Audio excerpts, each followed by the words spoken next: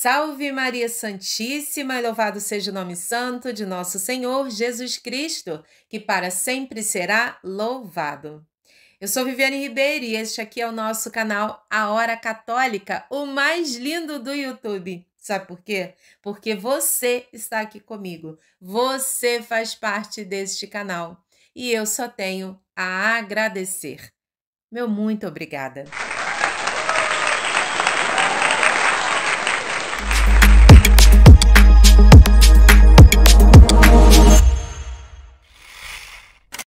Cíntia Chagas e Lucas Bove. Creio eu que o mundo inteiro já saiba da história dos dois, ou pelo menos o que ela, a mídia, sabe da história. É verdade. O que há de fato mesmo é que a Cíntia Chagas pediu o divórcio 3 meses apenas após o casamento dos dois. Mas, peraí, o canal agora virou um canal de fofoca, é? Oxi! Irineu, você não sabe nem eu. Claro que não! Esse canal permanece sendo um canal de evangelização, de informação católica, de catequese, da história dos santos e de assuntos que estão relacionados de alguma forma, direta ou indiretamente, à Igreja Católica ou à sua doutrina. E o casamento de Cíntia Chagas com Lucas Bove / divórcio é um desses assuntos. Vamos falar um pouquinho mais sobre isso? Então, bora!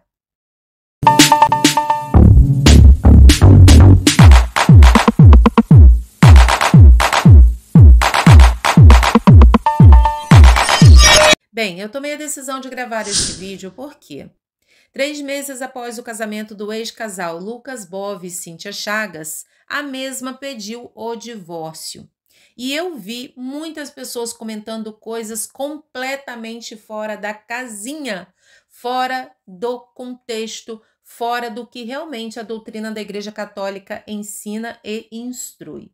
E eu vi também muitas mulheres cristãs, inclusive mulheres cristãs católicas, apedrejando a Cíntia Chagas como se alguém tivesse esse direito. Olha só, isso não é coisa de cristão. Não! E Papai do Céu não gosta disso não, tá? Então, ó, toma atento. Toma atento para não dar maus testemunhos, para não ser um filho de Deus que não conhece a sua palavra, para não se assentar à roda dos escarnecedores e porque tem aquele ditado velho e antigo que vale para toda a vida. Quem tem telhado de vidro não joga pedra no telhado alheio. Não é verdade? Então, bora lá. A intenção deste vídeo é explicar esta questão de casamento na Igreja Católica e divórcio. Todo católico sabe, ou pelo menos deveria saber, se você não sabe neste vídeo, com certeza você vai aprender, que para a Igreja Católica não há divórcio. Ponto final. Não tem divórcio na Igreja Católica. Como assim não tem? Não tem. Vamos lá que eu vou te explicar. Divórcio é algo que ocorre no casamento civil, ou seja, no cartório, não na igreja. O que pode acontecer mais próximo nesse sentido na igreja é algo bem diferente do divórcio, que é a nulidade matrimonial. Já aqui eu preciso começar a explicar pontos por pontos. Sobre a nulidade matrimonial, é necessário compreender uma coisa. Para que o casamento seja válido, é necessário que ambos estejam de acordo com o que diz a doutrina da igreja. E é aqui que nós vamos começar a entender algumas questões, algumas coisas sobre o casamento e a igreja. Quando duas pessoas decidem se casar, elas precisam estar de acordo com questões que não poderão ser mudadas após o casamento. Como, por exemplo, o casal responder sim às perguntas do sacerdote que está ali na pessoa de Cristo. E ao saírem da igreja, ambos agem completamente diferente do que disseram e assumiram diante de Deus. Você sabe por que isso acontece? Porque em muitos casos o casal quer somente casar na igreja. Então, faz o que tem que fazer, responde o sim que deve responder e pronto, acabou. Só que isso é um engano. Por quê? Quando eles sobem ao altar, ou seja, os noivos sobem ao altar, eles podem dizer sim quantas vezes for necessário. No entanto, se dentro do coração esta verdade do sim não existir, o casamento já não é válido a partir dali. É claro que o padre não vai saber, né? A menos que ocorra alguma coisa que faça com que o padre torne automaticamente aquela união nula. Muitas vezes, os casais não têm essa consciência. Eles não percebem que, se o coração deles não está naquela verdade, daquele sim ali no altar, esta união está fadada ao fracasso. E aí virá sim o divórcio, a separação e talvez a nulidade matrimonial. Na verdade, já no altar, aquela união não foi válida.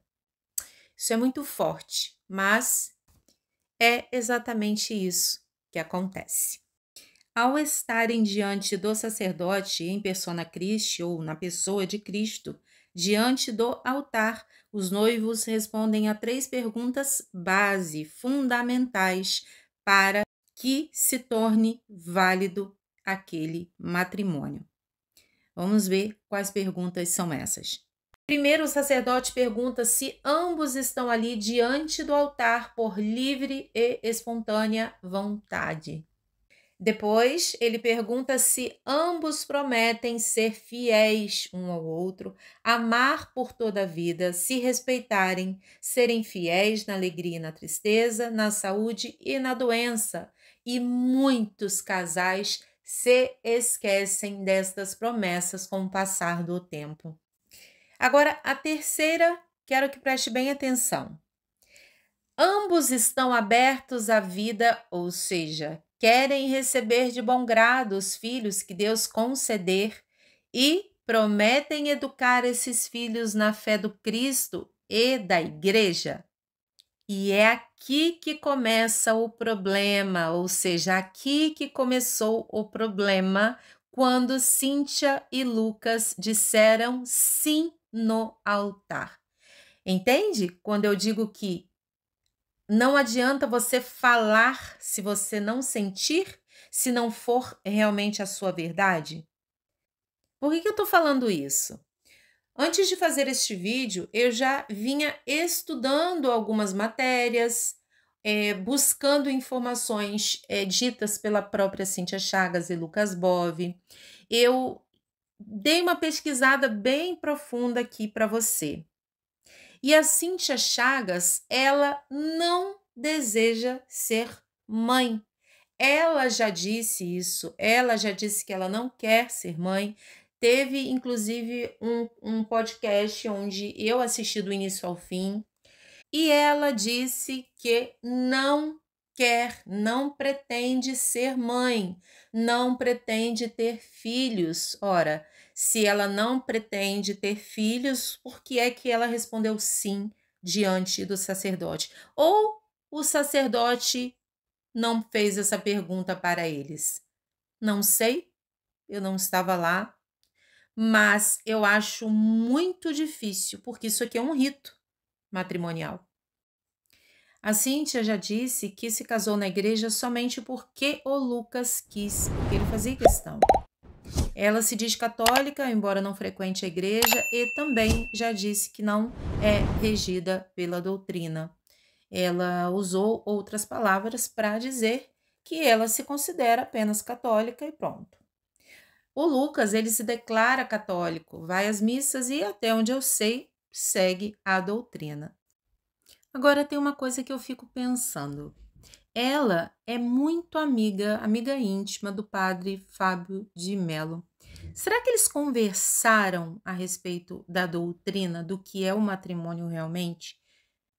que você acha, hein? Você acha que ele conversou com ela a respeito do que é realmente o matrimônio, do que, sei lá, as dúvidas que ela tinha em relação a algumas coisas doutrinárias ou referentes diretamente à igreja? E ele respondeu e ela ainda assim tomou as próprias decisões? O que você acha? Conta para mim. Bom, o que importa é que precisamos compreender que a igreja não concede divórcio a ninguém. Como já disse, esse papel é do cartório. O processo de nulidade matrimonial, a resposta desse processo pode durar anos. Não é tão simples quanto no cartório. Nós também devemos pensar que não significa que eles também pediram nulidade matrimonial. Não se sabe. Pode ser que sim, pode ser que não, mas isso já é outro caso, já não é assunto para esse vídeo. Bom, nós agora vamos entrar numa outra seara, tá? Agora vamos começar a pisar em assuntos também muito sérios. Cíntia Chagas, ela pediu o divórcio alegando violência doméstica. E além do pedido, ela também solicitou a medida protetiva que foi concedida a ela. Aqui nós vamos começar a jogar por terra essa falácia de que, para a Igreja Católica, não é possível separação, que a Igreja Católica não permite a separação. Vamos esclarecer de uma vez por todas esta questão também. Vamos lá. A Igreja jamais ou qualquer lei tem o poder de obrigar alguém a se submeter à violência física, psicológica ou moral, esteja ela em um casamento ou fora dele.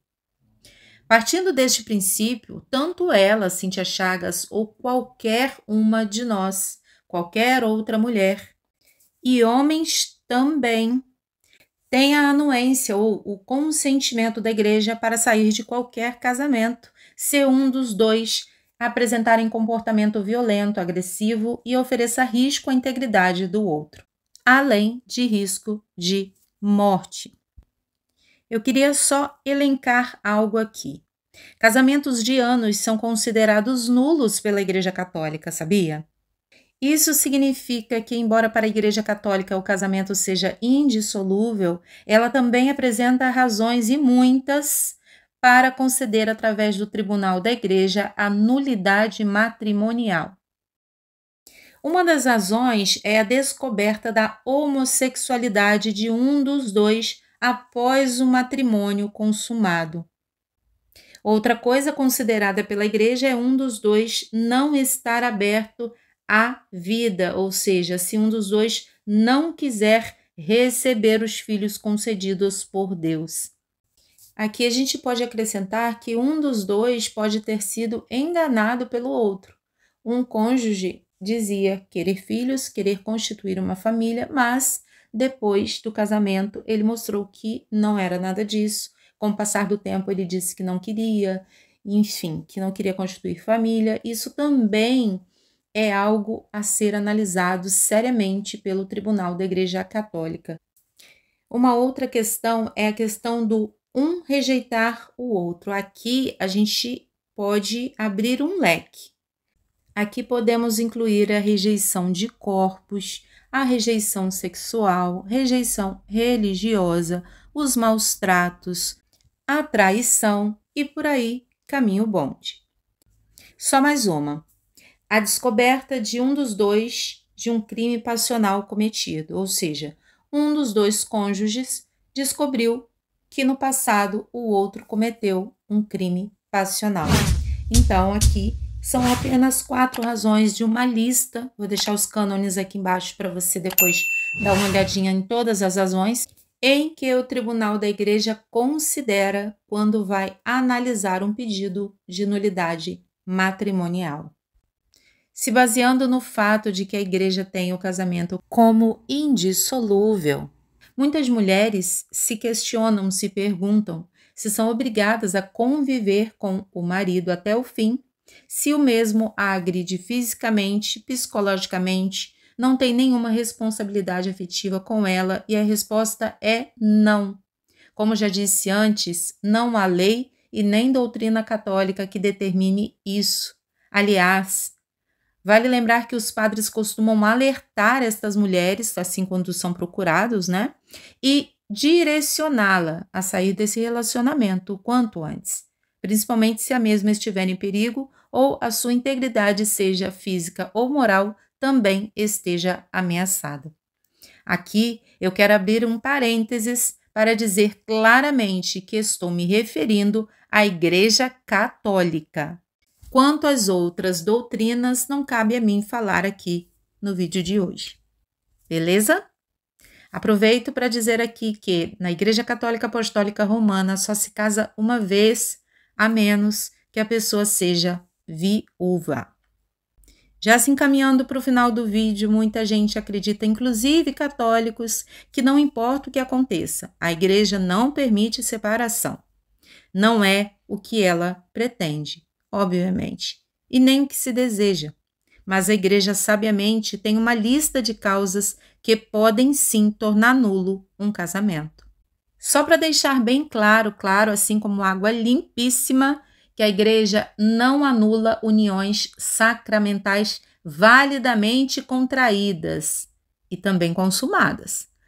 Mas pode sim, após um processo no tribunal eclesiástico, reconhecer que não houve um casamento, ainda que todos achassem que o mesmo parecia